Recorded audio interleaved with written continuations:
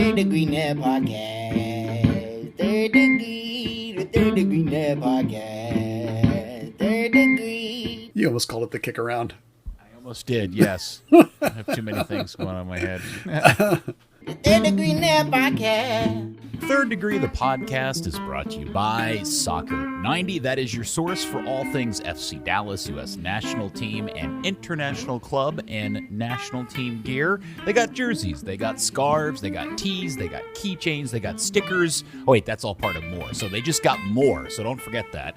Because you are a Third Degree listener, you're going to get 25% off all that gear when you use the code Third Degree at checkout at soccer90.com.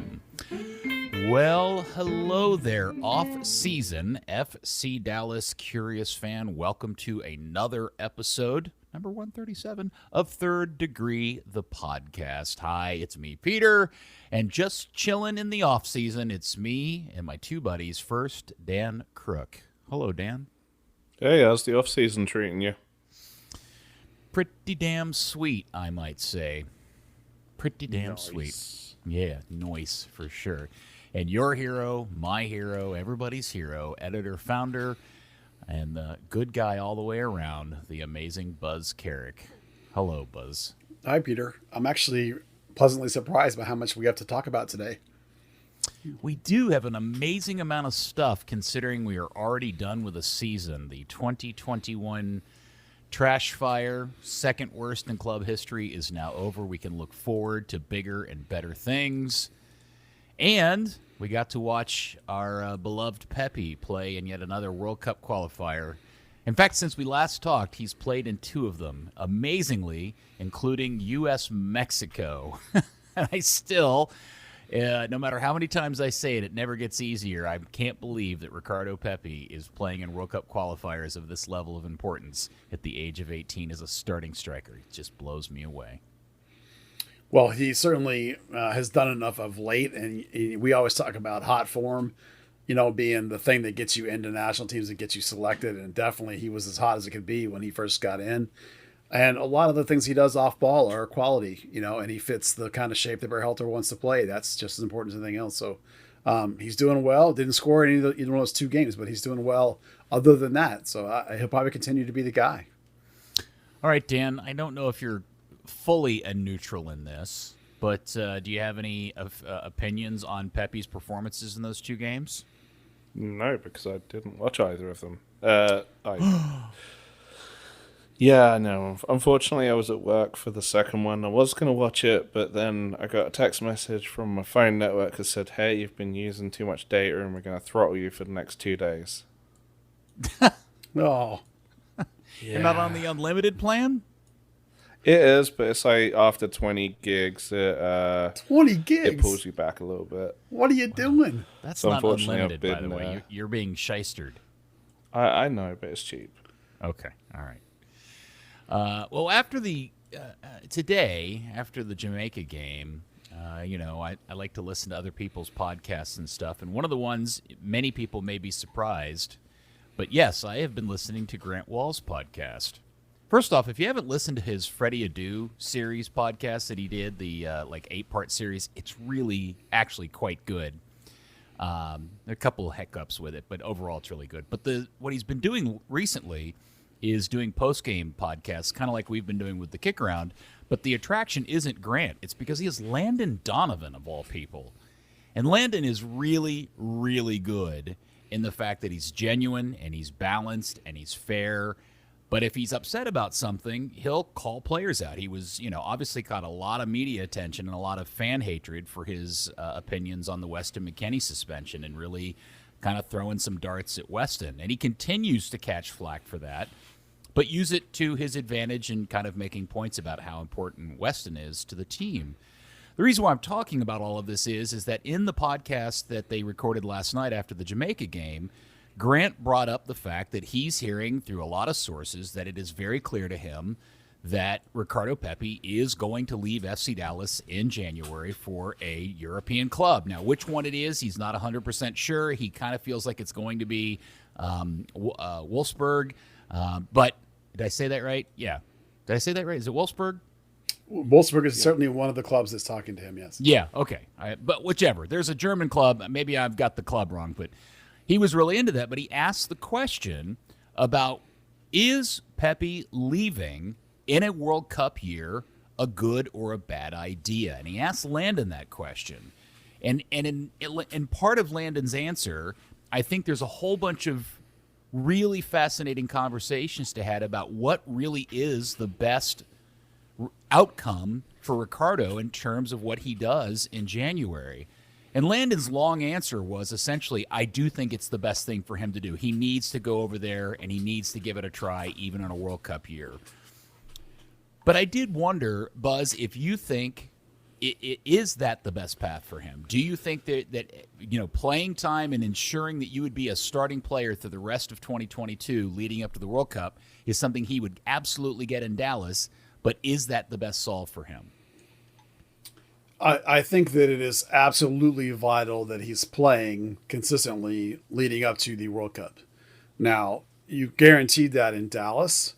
One of the reasons why I have said the type of club that I want him to go to in Europe, if he is going now, is very important, because you want it to be not an overreach where you go to a landmark, monumental, international mega power and then don't play.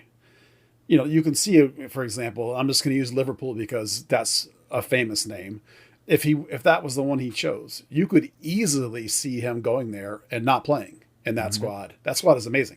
Now, I'm sure they would have a plan. I'm sure they would have a loan or 23s or whatever. I mean, that's not the point. The point is that a club like Wolfsburg, potentially, or a club like Ajax, potentially, or if you want to look at the Brian Reynolds example, Club Brugge, where you knew that he was going to be playing. Because in a way, Reynolds is a precursor to what Pepe is doing here. Reynolds, at the time he went, was in the conversation at right back with the national team. He hadn't broken in yet, but he was in that conversation, and he hasn't played since. Now, if he'd have gone to Bruges and played every minute, maybe he would be in that conversation. Maybe he'd get in call-ups ahead of Yedlin or Shaq Moore or Cannon, right? So the same thing's true with Pepe. If Pepe makes a choice to go to Europe now, he may be playing against a better level of competition. Absolutely. If he goes to Wolfsburg, he certainly will be. But he has to make the right choice where the coach is invested in you personally and wants to play you as much as possible, because I totally believe that if you are sitting the bench and stagnating for the next year, you're not going to be in the World Cup team come Dubai. All right, so Dan,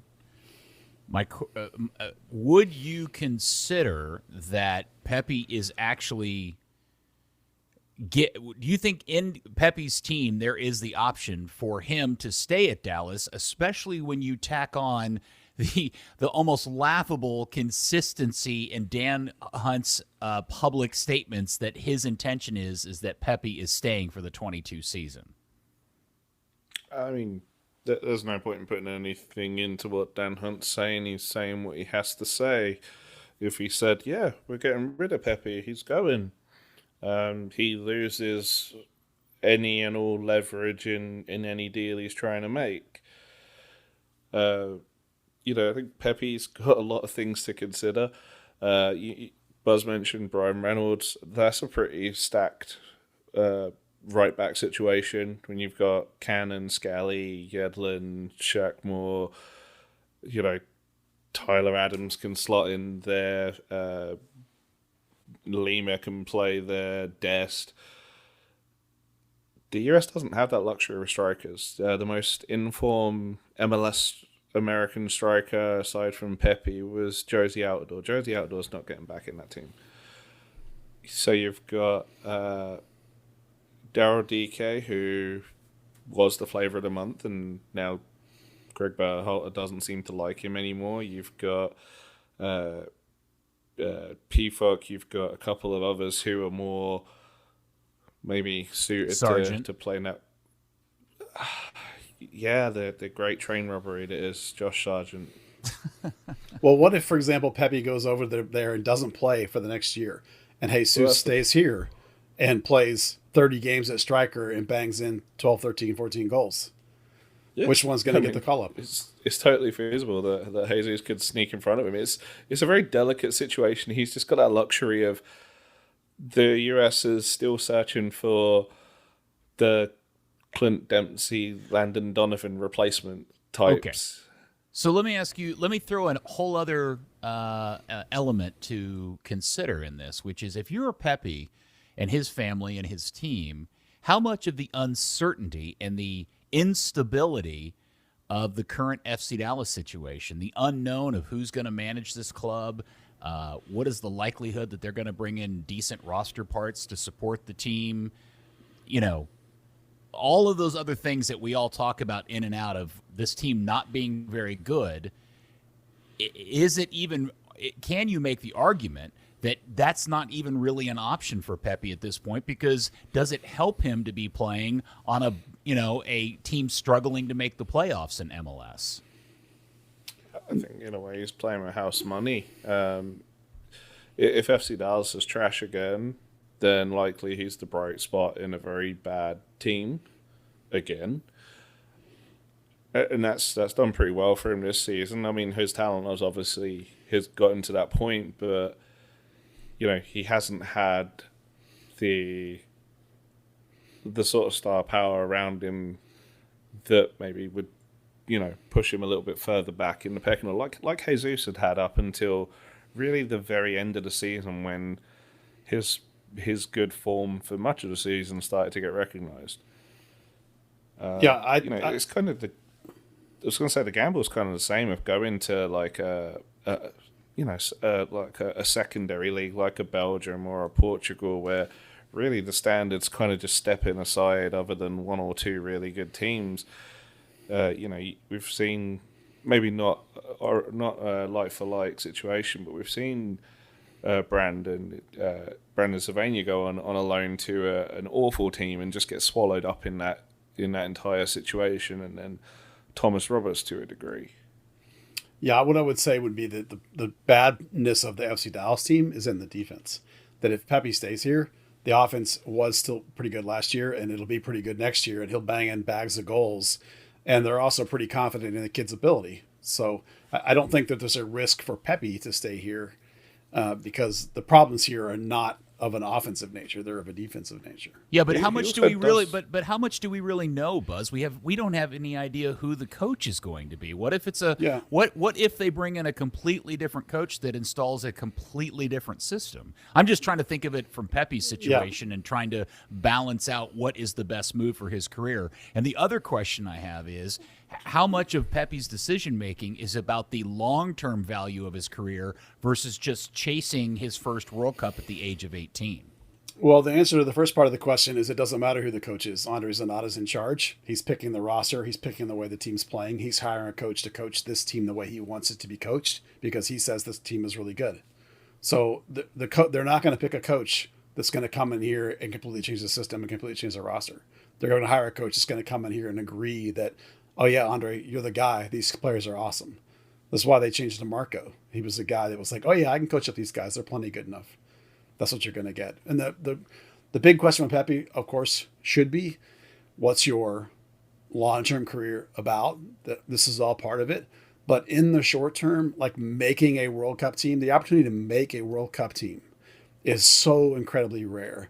And for a guy like Pepe, who could be as good as we think he could be, he wants to maintain the momentum of his rise. And that includes getting into this World Cup team because he'll be 20, 19? I'd have to look what it'll be. 19, yeah. Yeah. So like the chance for him to play in 2-3 World Cups if he gets this right, and increasing his value and making money for his family. I mean, you've read those articles about how his family has sacrificed everything for him.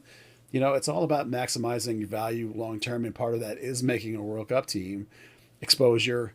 Also, you can learn a lot from those environments, even if you don't start, if you're just in the team, but specifically if you start, it's such a different environment, different level. I think it is important. Okay. So when Dan Hunt, like he did on the radio show earlier this week and at the VIP whatever thing event they held, where he gets up in front of everybody and says, hey, it's our intent to have him here for next season. He's under contract. That's just him blowing smoke trying to get a better deal, right? He's not really serious about that. Well, there's a couple of thoughts about that. One is that it's a power move to get more money now. 2, he's trying to sell tickets for his team. He doesn't want to be seen as a guy who's dumping players and all about the money. 3, they're really, I know, I'm telling you what he's saying. I know. Not I whether know. it's not, you didn't ask me, is he right? You said, what's he doing?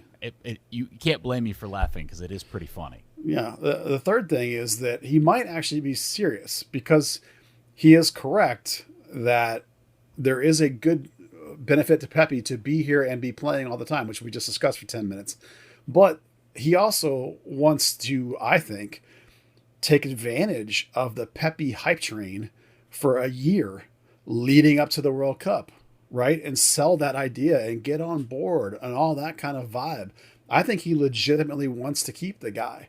Now, in the end, it's not all up to him. Clark has more juice.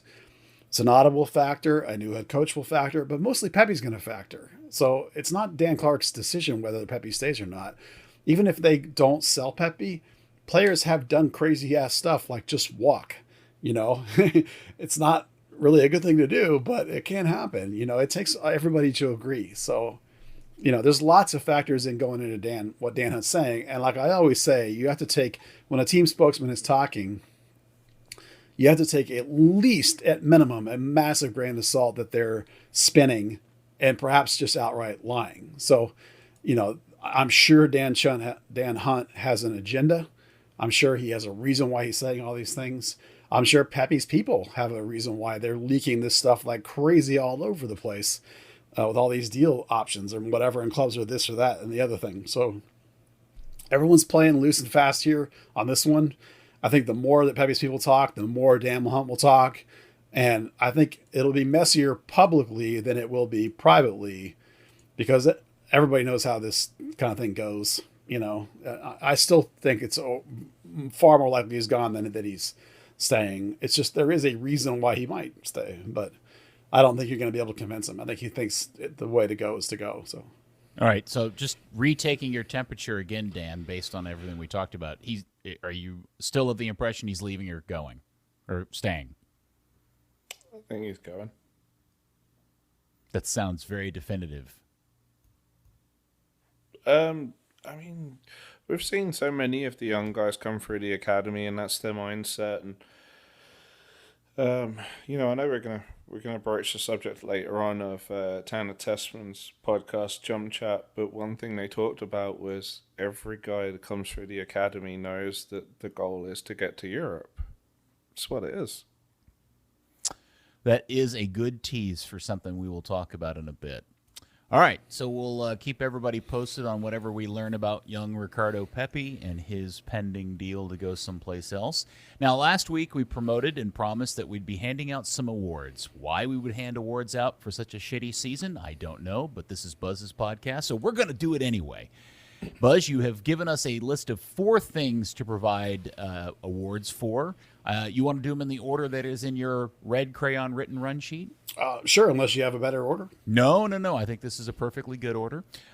So we'll start off with the big, giant award of them all, Most Valuable Player of the Year. Dan, who is your MVP of the 2021 FC Dallas season? Well, I've never seen a 9-pointed star drawn next to the word MVP before. Sorry, it's got to be the guy we've just been talking about, Ricardo Pepe. Interesting. Would you like to submit any supporting evidence as to why you feel that's the case? Yeah, because his future transfer fee is literally the most valuable player. Okay.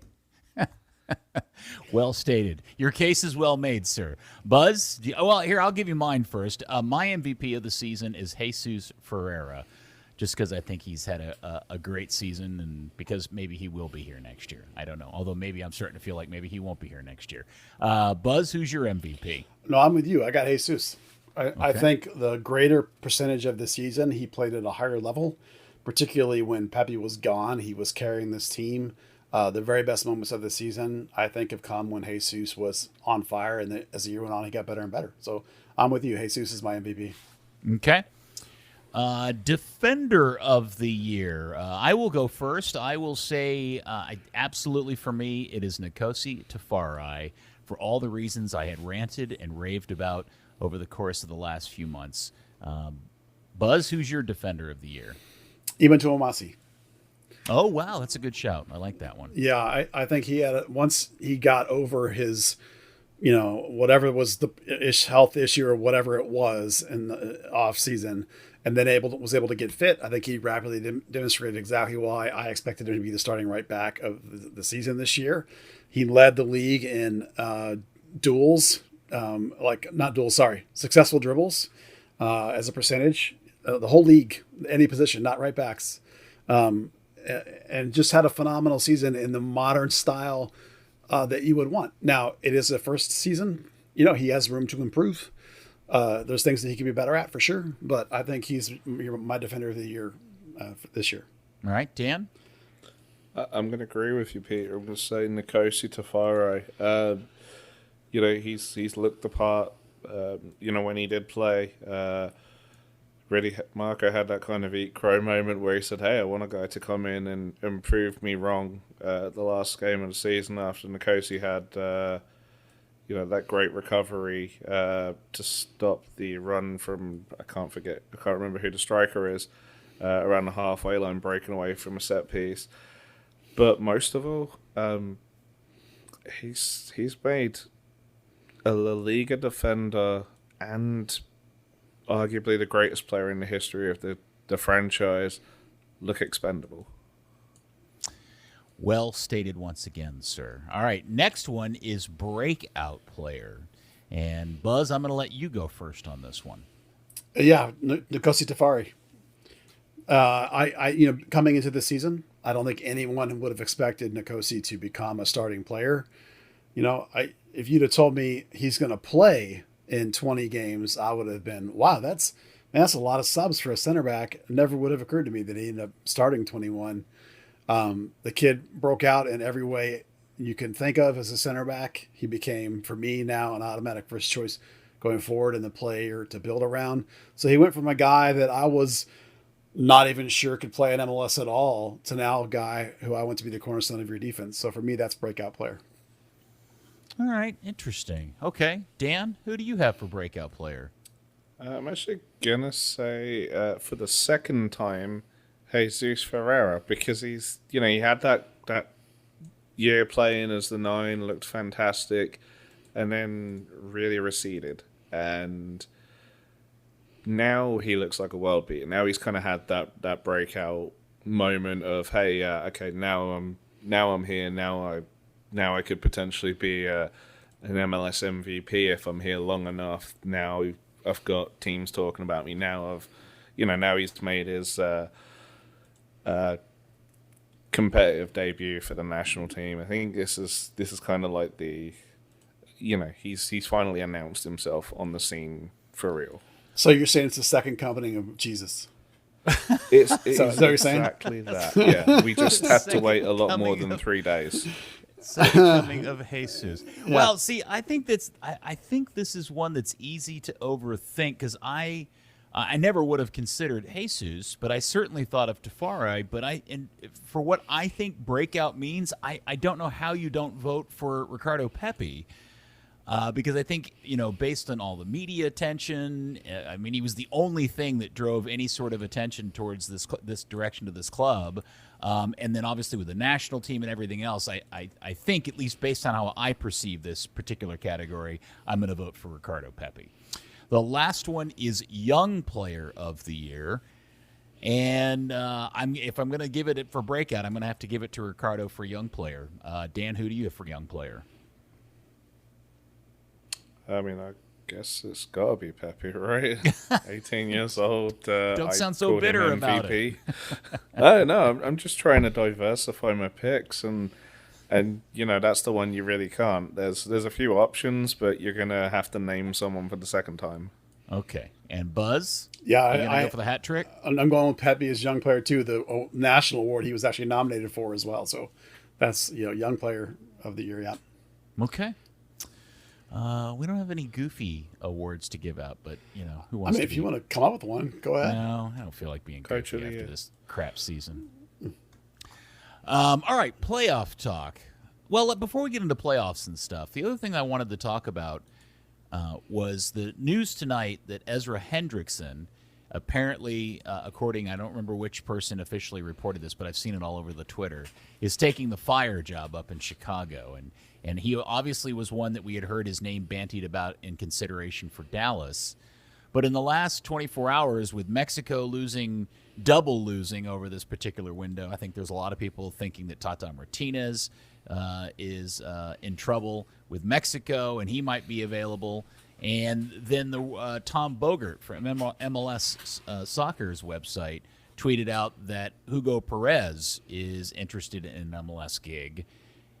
And I got to say, man, how the Hunts don't hire one of those two guys, and obviously Ugo's the far more likely, just based off of probably what it would cost to get Tata to come to Dallas if he'd even want to, is the more likely one. And I'm really, really concerned now that what we're going to get in whatever amount of time is just them rolling out somebody already in the organization. And I was wondering on y'all's opinion about that, Buzz. Well, I'm with you that Tata, no way, way too expensive. Also, every piece of chatter I've ever heard about him is the only reason he took the Atlanta job is because he wanted the U.S. job. And then didn't get a phone interview even for the U.S. job. So, like, he's not coming back to MLS, in my opinion. And he's certainly not taking the money for the FC Dallas job is. Now, Hugo Perez, I am all in on that. That guy, for me, has been saying loudly some of the things that have been wrong with the U.S. system for years, and no one's been listening to him. And he's done a phenomenal job with the is it El Salvador's who he just coached? He's done a really nice job with them, although they're not very good. He's done a really nice job with them and what they have available. I definitely think he would be terrific. I think probably, just like it always is, it's going to be the internal candidates. Now, Daniel Robertson did say that, and he would know because he worked for the team at the time, that Hugo interviewed for the FC Dallas job when Lucci got hired. So there is a previous interview. So you know that at some point he was at least a candidate at that point. So that makes him somewhat legitimate now. I think that you have to consider Tab Ramos because he was a candidate last time under Lucci until he found out how little the job paid.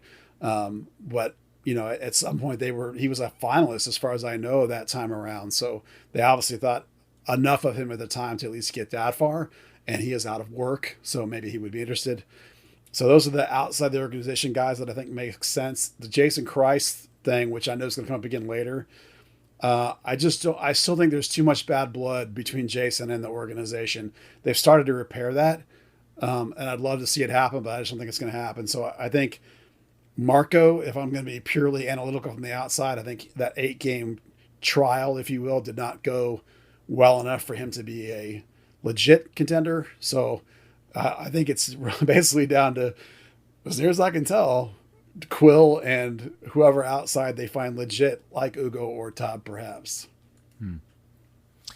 Dan, have you heard any other chatter since we last talked about this, or any other insight you want to throw in here? None. Sorry, I've gone into hibernation with the off-season. Well, that's helpful for the FC Dallas podcast. Yeah. Wait, what? No, I haven't heard anything from anyone. I'm not privileged to be in those loops, unfortunately. Yeah, it does. I am not looking forward to the press conference where they make an announcement and they roll out Eric Quill or Chewy, and Dan talks about how they interviewed all these guys with Champions League experience and European experience and World Cup experience, and we find out that they maybe didn't even try to talk to Tata, or they passed on Hugo Perez.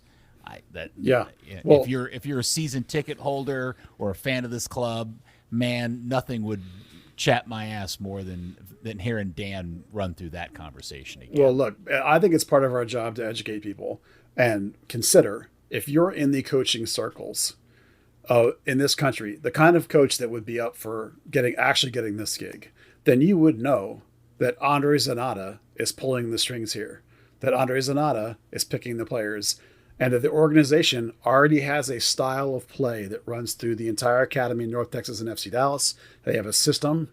All those things are in place. So if you're Tata, Are you going to come here and play second fiddle to Zanata in terms of picking the roster?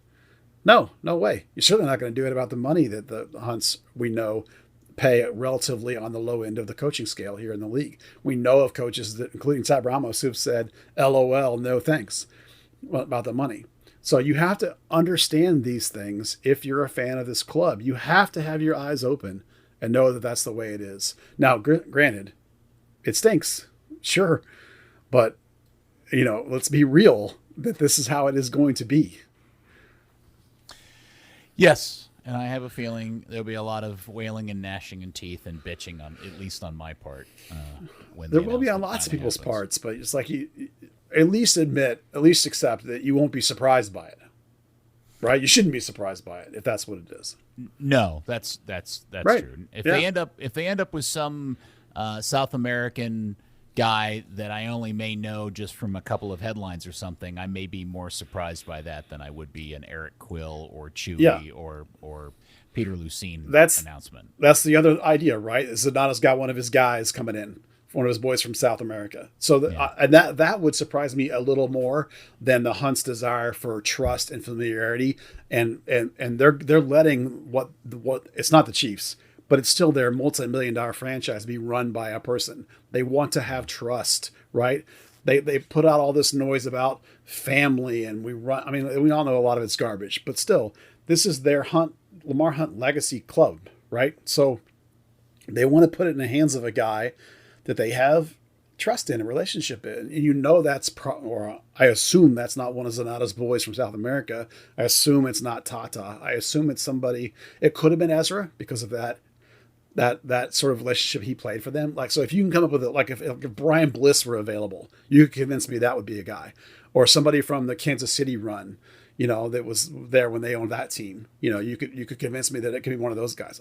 Then I could buy into some of these other ideas. But until you can provide me like a connection, not you, just as people in general can provide me with some sort of connection and make me feel like the Hunts will trust somebody with their franchise, but I'm going to assume it's going to be somebody they know already. Yeah. Okay.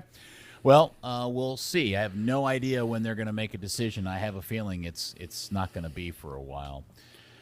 The other thing that came out, I guess, did this start last night, was this weird rumor, this whole thing about Zanata and Gremio and this weird relationship between him and that club and these weird transactions that have been going on are such red flags to me, by the way.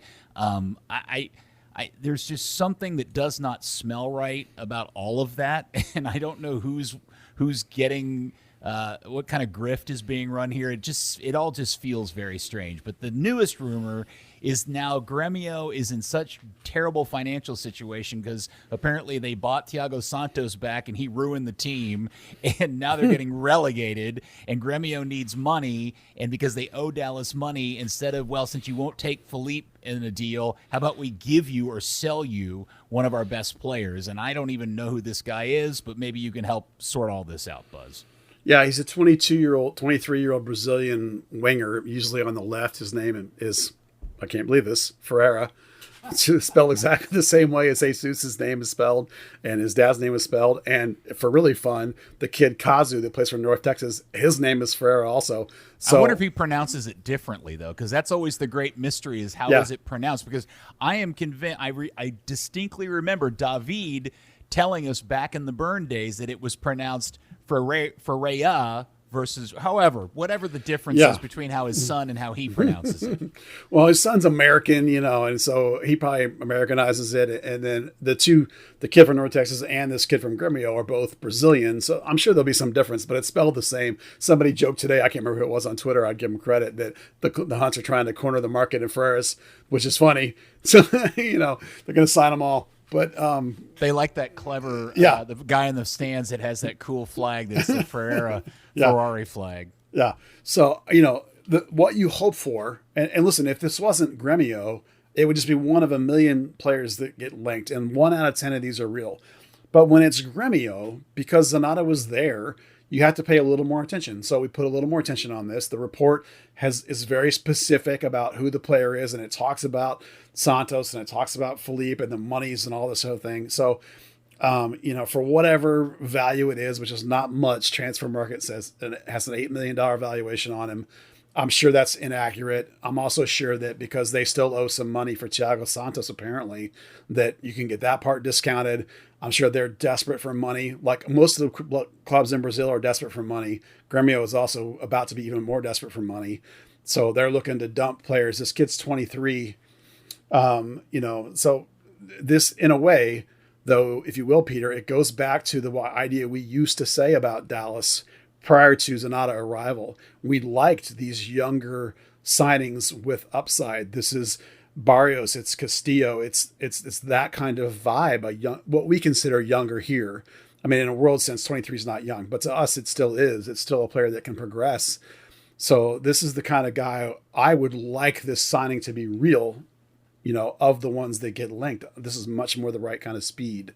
We'd like to see Paxton come inside.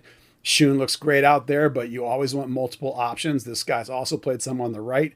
Dallas likes to flip-flop wings all the time, so it's nice to have more of them. So there's a lot to like about it. I hope it is legit. Dan, you got any insight on this particular deal or thoughts on it? Or do you agree with me that this whole Zanata Gremio thing smells bad? It seems weird, and certainly if you're making up rumors, it's the easy link, just to try and link every Gremio player to Zanata. He was linked with a $9 million move to Atlanta, and now they're talking about they'll waive the fee because they're just trying to get just trying to do a salary dump in preparation for this relegation. And I mean, I don't know. It seems a little bit crazy for anyone to say, "Hey, we're strapped for cash, but we're gonna give you this $9 million guy for next to nothing." Now, we've made reference to it a few times, but I don't even remember how I became aware of it. I stumbled across, or somebody posted or something, the Chum Chat podcast, which is Tanner Tessman's podcast along with one of the Gomez brothers. Is that what it is? Yep, Johan Gomez, the older, the forward one that went to Porto, and now he's in Germany somewhere. Yeah, which gets me confused because when they say Gojo, I assume that meant the kid, the other one. Jogo, brother, yeah, right? Jogo. Yeah. So they did an episode a couple weeks ago, and it was the two of them, and then they also had a third guy who I guess plays at SMU, formerly with the FC Dallas Academy. His name is Judson. Is that his name? Yep, Judson Burns. Those three guys were best pals at the academy, and they started that podcast together under the auspice of telling people what it's like to pursue pro careers. That's their jam. Okay. Now, Judson is the one that didn't make it because he's essentially still goofing off in college ball, and he went one place and didn't make it there. Clemson, is that where he went? Yep, Clemson. Yep. Gee, I wonder how that deal got done. And then ended up back at SMU. And where did you say Johan is now? Well, he started at Porto and got up to the Porto B team, and then he got an offer in Germany. And I want to say it's third division, but it's the first team, and he does play. So it's progression. He's working his way up. Yeah. And then, of course, we all know Tanner's story, blah, blah, blah. But the reason why I thought this podcast was fascinating, and I think anybody that has any level of interest in this club should watch this, was the conversation between those guys that went on. It starts at about the 8-minute mark of this, and they start talking about the coaching situation and who's going to be the next coach, and they all throw in their 2 cents of who they think it might be. And have both of you guys watched this? I did. Dan, did you watch it? The Chum Chat, yeah. Okay. So I'm just interested in y'all. I mean, are you guys as fascinated by it as I am? Well, the thing I particularly love about the whole podcast, and I don't remember which part you're going to talk about, just in general, any episode they do, is that the three guys each have a different perspective because their careers have gone different ways. But they're very willing and open to talk about stuff behind the curtain, to talk about what players think, to talk about what it's like. It's not fluff. It's like legitimate, honest, open conversation about their experiences. And that part is phenomenal. Dan? Yeah, I mean, just to echo what Buzz said, I mean, certainly I listened to a lot of the early ones. I'm not the best podcast listener, ironically said on a podcast. But yeah, no, it's always it's good to get that insight, even just the mindset of how players react to playing in front of big crowds, little crowds. How they deal with the tiny adversities that maybe people don't think go into a performance. Yeah, this particular episode was fascinating to me. First off, just because of, there's lots of body language that can be read, because it's also on video, by the way. You don't have to listen to it. You can actually go to their website and watch the podcast being recorded, which adds this really interesting element, because if you're into watching people's body language and facial reactions, you can kind of tell when people are being legit, honest, and genuine, and when people are kind of holding back, or, and when they start having conversations about Lucci, man, there's all kinds of crazy body language going on there. Did you pick up on that, Buzz? Not particularly. I was not. I was watching the video, but I was not focused on their body position. There's at the beginning of it, there's this whole conversation about what, like, Tanner starts the conversation about, like, what do you think Lucci's thinking right now? And Johan says, see, maybe it wasn't me. Maybe I wasn't the fault. And you can kind of look over at Tanner, and Tanner's got an interesting reaction to that comment. And now the problem is the Judson kid, I think he's sitting in an airport waiting area, and he's got his mask on, so you really can't see, and he's got a goofy Gen Z haircut going on. Yeah. And so I can't really read him very well. But man, I think there's all sorts of stuff you can speculate on in terms of Tanner's reaction to that conversation, and Johan too, for that matter, since he probably played under Lucci at some point. Yeah, he played for Lucci in the academy. Lucci was instrumental in getting him to the level that he was, where he could go to Europe. Johan at least had some level of conversation about a North Texas deal. I don't think that there was a homegrown deal on the table for him, and he got the chance to go to Porto and then jumped on it. Tanner expressed exactly what I've always heard from Lucci himself: the pragmatism of the job. I had conversations with Lucci about how he felt about his job security and such a thing, and he's like, we're in a very competitive business. We always have to be assuming that we could lose our jobs any minute. And Tanner reflected that idea, and it's obviously something that Lucci, based on what Tanner said, Lucci's expressed even when he was in the academy, that you never know when a player is going to come in and replace you. And that for sure is not a problem, but something that they deal with in the academy, because they recruit at the U17 and the U19 level. Sometimes you could have played your whole life in the FC Dallas Academy first team and been the guy, and then you get to the U19 year, and here's Chris Richards taking your spot. So it happens in the academy, and I'm sure that he's talked about that mentality, and I'm sure Lucci has that mentality. I'm sure he's not crying into his teacup somewhere. I'm sure he's actively getting a job. He was listed today as one of the candidates for the RSL job. So I love the insight those guys have in that podcast. It's phenomenal. Yeah, and I think probably the one part of the conversation that might be the most revelatory for anybody interested in the club is the extremely honest, if not almost painful, conversation about their allegiances to the club. And the question asked of how much do they really care about FC Dallas as a brand and a club and what it means to them. And some real honest talk about, and it kind of varies. And again, I think to your point, Buzz, you may want to throw a little bit of kind of side eye on the reaction. Like the Judson kid, the one guy that never got an offer to be, a contract offer for the club, at least that I know of, is the kid that's like, I don't care about that place. I mean, I appreciate the time and I love my former teammates, but I'm not a fan. And Johan's a little bit less like that. And Tanner kind of deflects the answer, but then you can tell by his reaction, he kind of needs to say something positive. So he kind of comes back and throws some love on the club. Yeah, I thought it was directly correlated how much they each love the club with how much money they got. Tanner was the most. He's the one that got the first team deal and got moved to Valencia. Johan was second, where he at least got to play for North Texas SC as an amateur. He probably, some of the exposure he got led him to Europe. And Judson, who was one of those guys who, by the time he was a senior, was in high school, was starting to lose out on opportunities. And while he went to Clemson and eventually he has gone to SMU, it's not worked out for him. So he honestly, does not have the love for the club that some of these other guys did. Now, I don't think, to be fair to Judson, I don't think that he played for FC Dallas as long but neither did Tanner.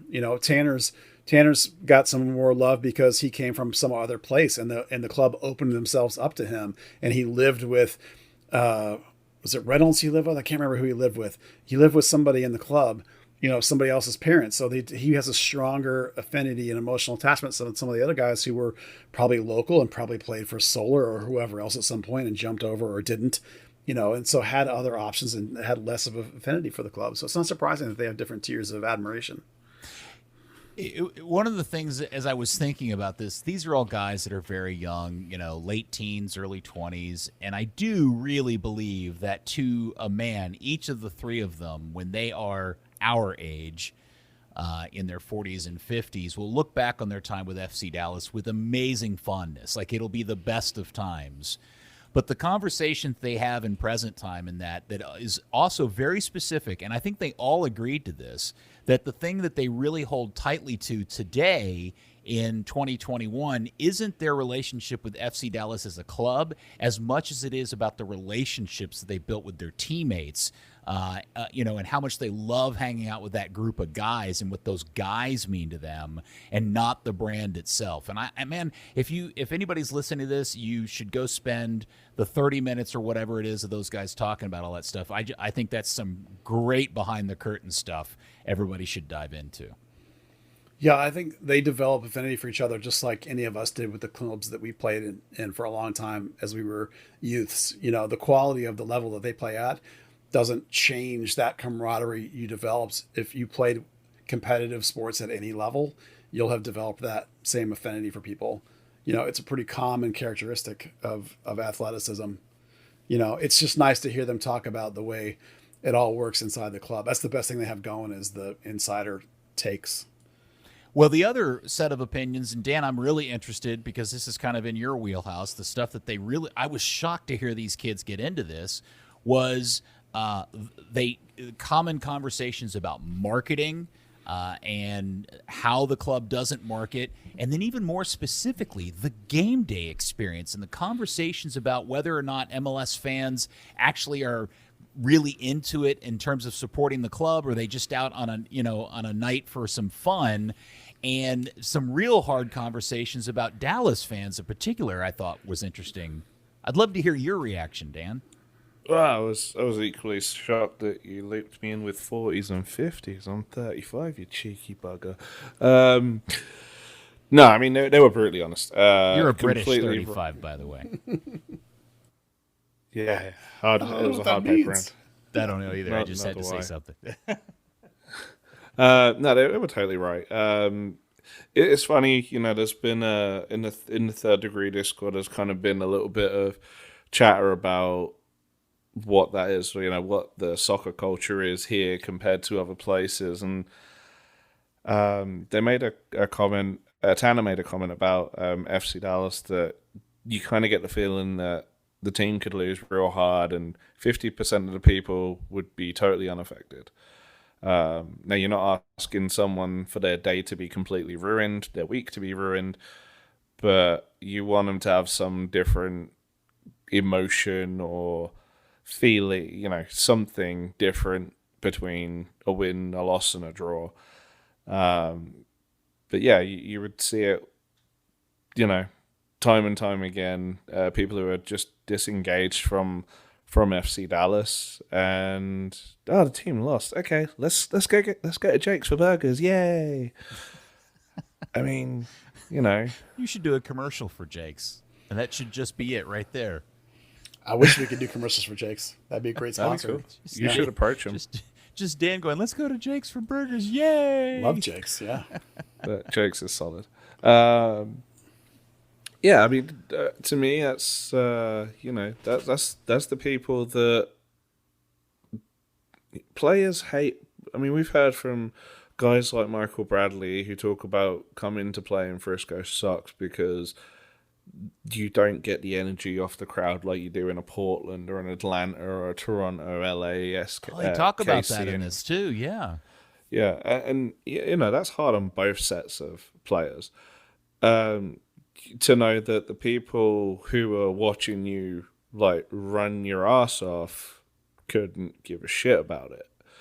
you want that small wedge of people who are living, breathing, and dying for everything you're doing.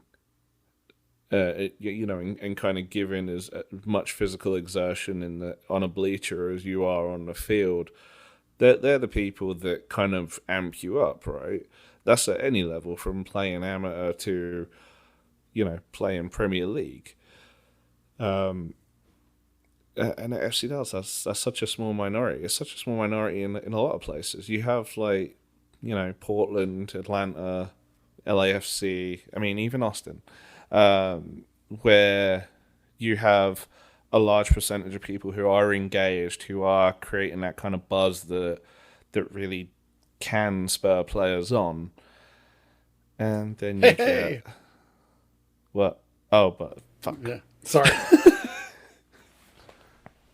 Damn it, Buzz, you made me drop an F-bomb. Yeah, and then you get the wet blanket that is Frisco most of the time. Okay. And the funny thing is, they actually mentioned one thing about having chants on some of the video boards and stuff. Supporters groups have been fighting for that for years.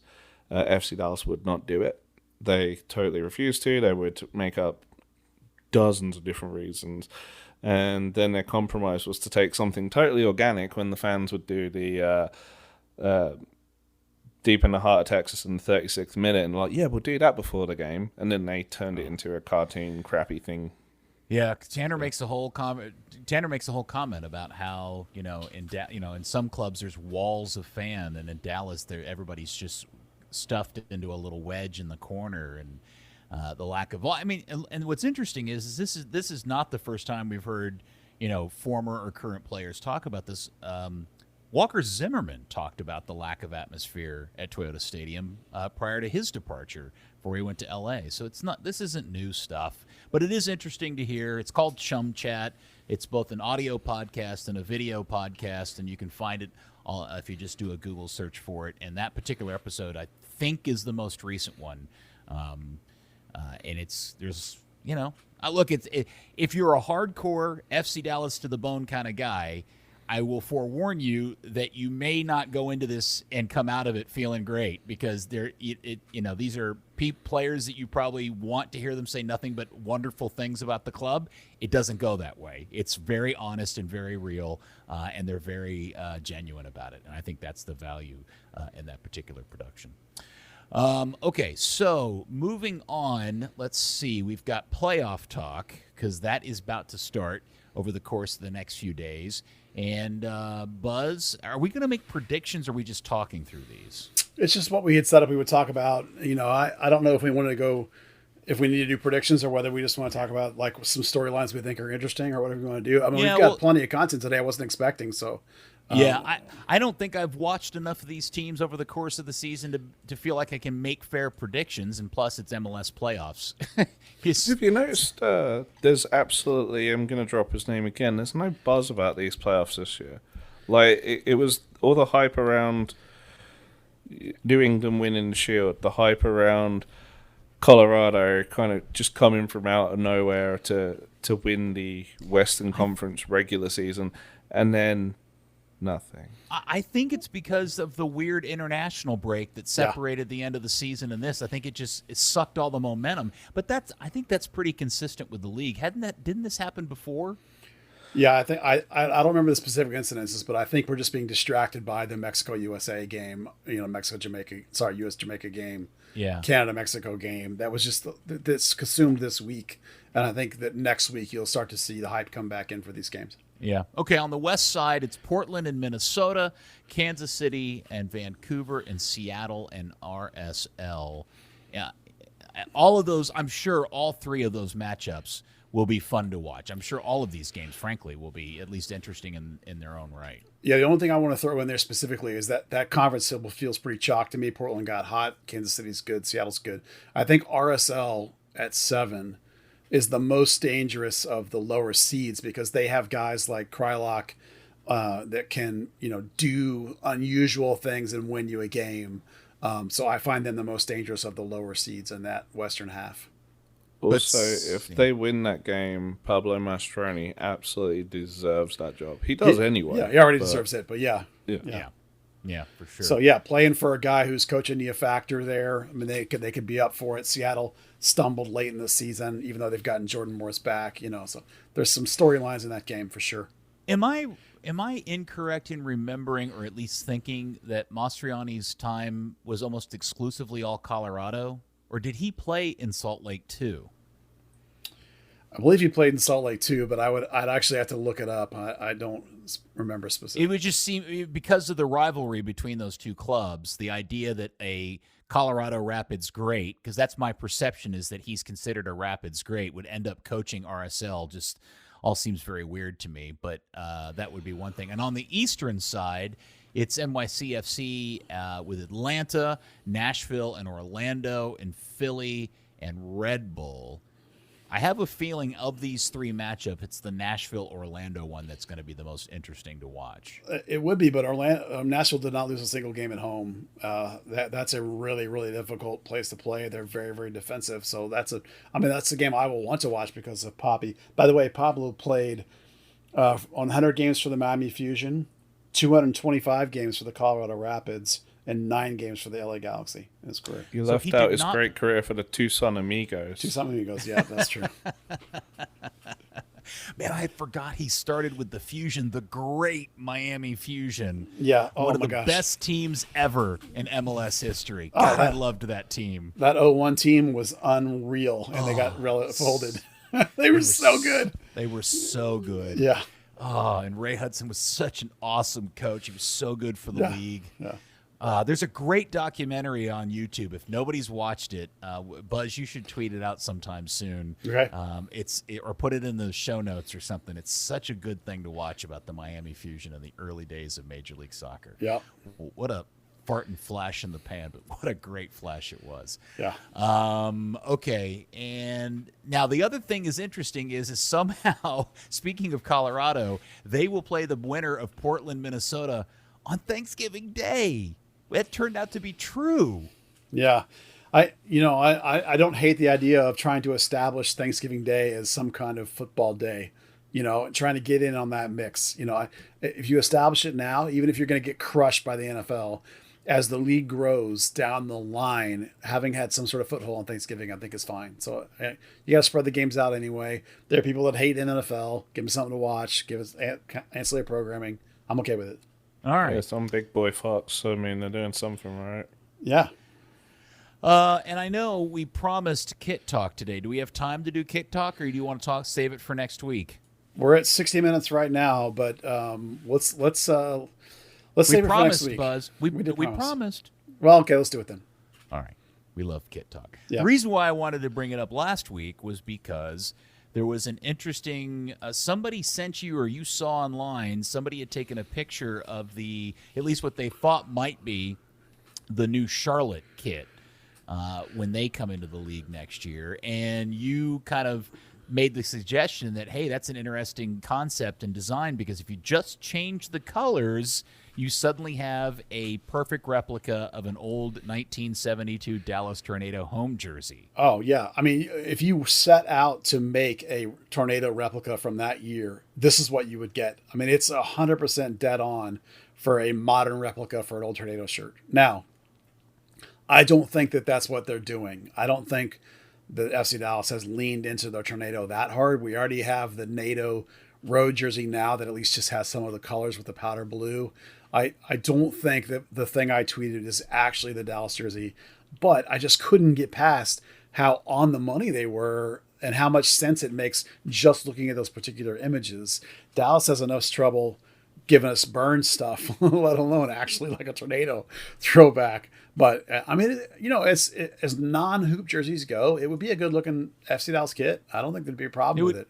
Well, for people who aren't familiar with the Tornado kit from '72, it almost looks like an old school stereotypical Arsenal shirt: white torso, red torso, white sleeves, right? Yeah, with a collar. Yeah. And what got my wheels spinning was the idea that, well, they already have a Tornado quasi throwback with the light blue, and if they were to make this their primary, gosh, and suddenly I got to Googling, is there some sort of relationship of a big anniversary related to the Hunt's ownership of the Tornado, only to find out that the year that the Dallas Tornado won the NASL was 51 years ago. They won it in 1971. So while I would think that doesn't make sense, if they were to actually do it, that would be the most FC Dallas thing ever. It was to be celebrating the anniversary, the 51st year. Wasn't the World Tour 1967?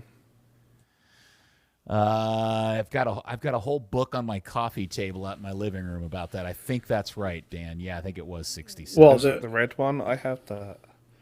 The red book, yeah. It yeah, being I've got it signed by Renfrew, I think. The championship being 71 leans into the fact that they did the NATO jersey last year this year in 21. But they never even made that. I know they didn't. That's so ridiculous. Yeah. Let's just remember that they released a scarf in 2016 that said Dallas Tornado 1960. No.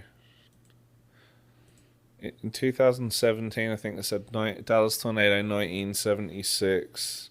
Or whatever it was. They got the year wrong and basically said 50 years of soccer when the dates were actually 40 years apart. Yeah, I remember that scarf. Yes, math is not their strong suit.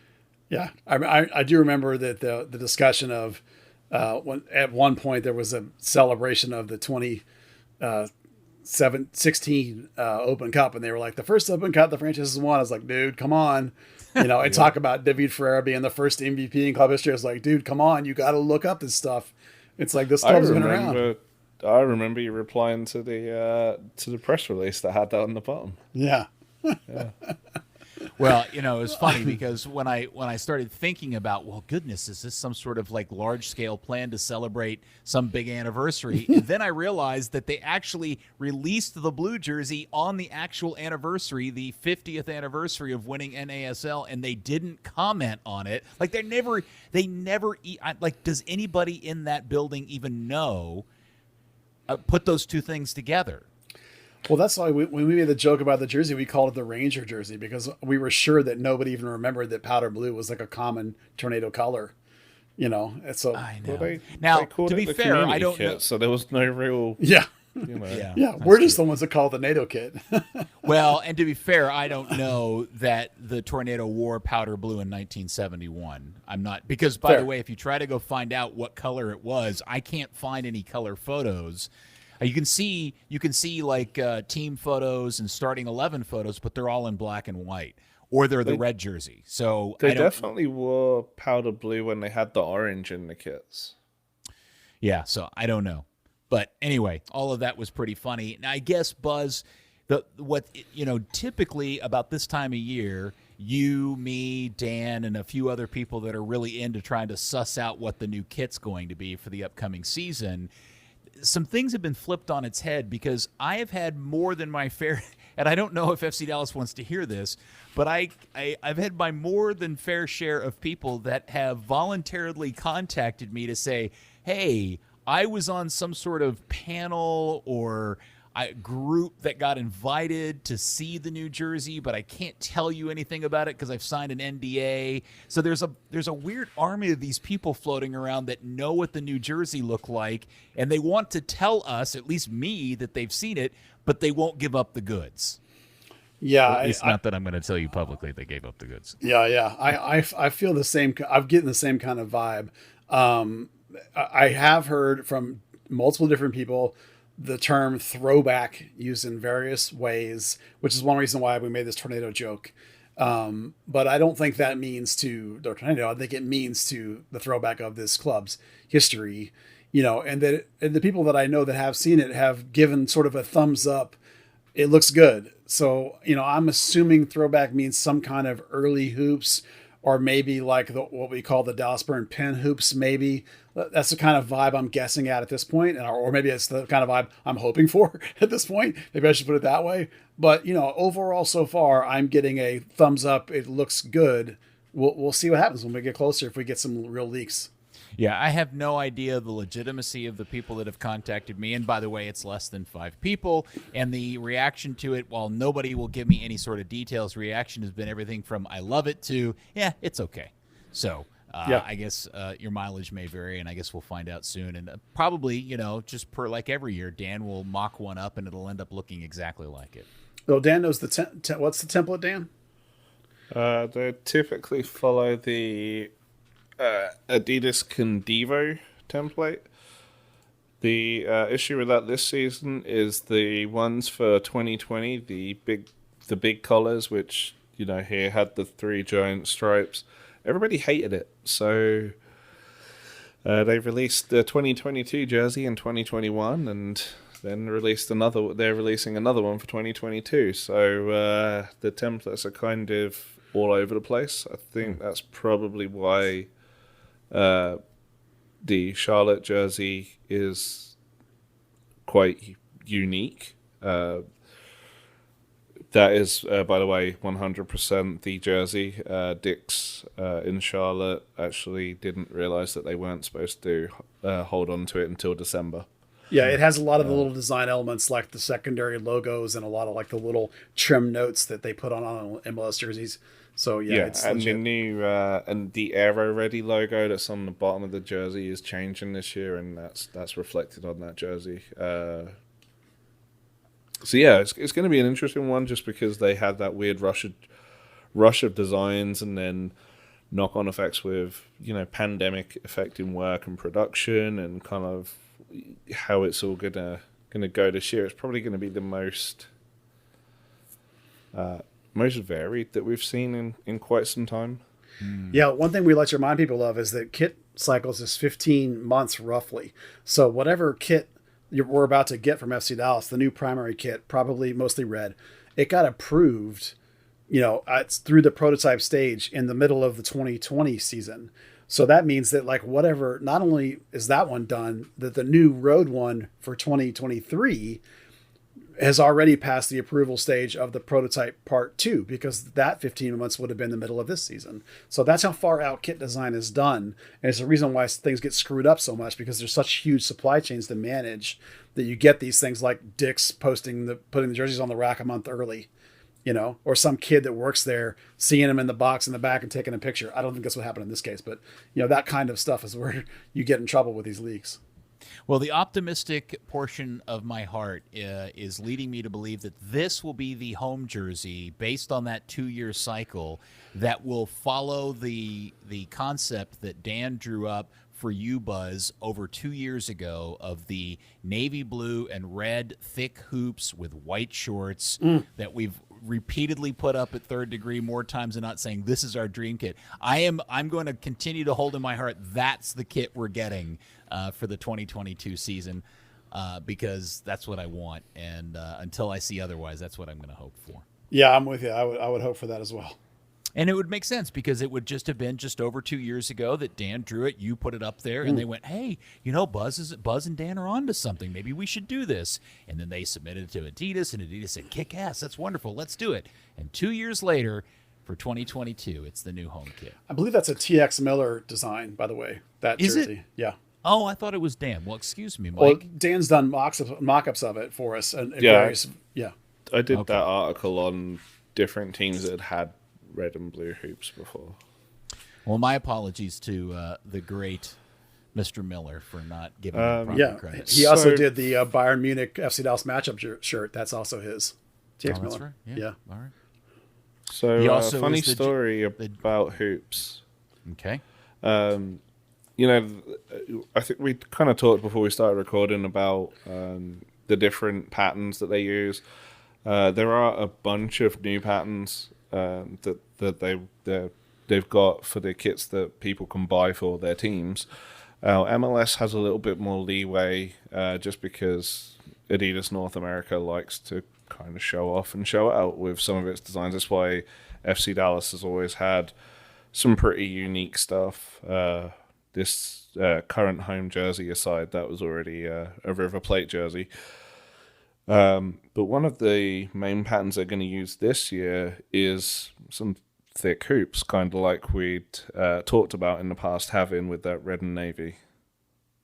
Which they've kind of gone on a weird tangent of patterned hoops, and now they're going back to like the traditional, like, you know, hoops as we knew them in the past. All right. Well, everybody say your bedtime prayers. Oh. If that's what we get for 2022. With white shorts. With white shorts. Oh, Yeah. Yes. Red Sox. Yeah. Great segue, because don't forget, kids, Third Degree, the podcast, is brought to you by Soccer 90, and that's a place to buy jerseys. And it's your source for all sorts of FC Dallas, U.S. national team, and international club gear. Yes, as I said, jerseys, scarves, tees, and more. Oh, my. Third Degree listeners, you get 25% off all that stuff when you check out, and use the code Third Degree at soccer90.com. Dan, Buzz, anything else you want to throw on the plate before we shut this one down? Man, that's a lot of stuff. I don't think there's anything left that I can think of. Look at what we've done. We thought this was going to go on for like 23 minutes, and we got over an hour. Yeah, we didn't even get to the FC Dallas international games, other than Pepe. That didn't happen anyway. The only thing I want to say is that Acosta is not even like a lock starter for his country anymore. You know, I think that ought to tell us something about where his level is going forward. So what should that say if he's actually still on the roster for 2022 then? Oh, man, I hope not. Yeah, exactly. Go read my thing about whether they should rebuild the team. Oh, by the way, if you haven't read that yet, Buzz, congratulations. That's a good read. Your Thanks. kind of strategic thinking for 2022 FC Dallas. I'm sure I'm sure there's printouts of it laying on the floor of the bathrooms at Toyota Stadium. Yeah.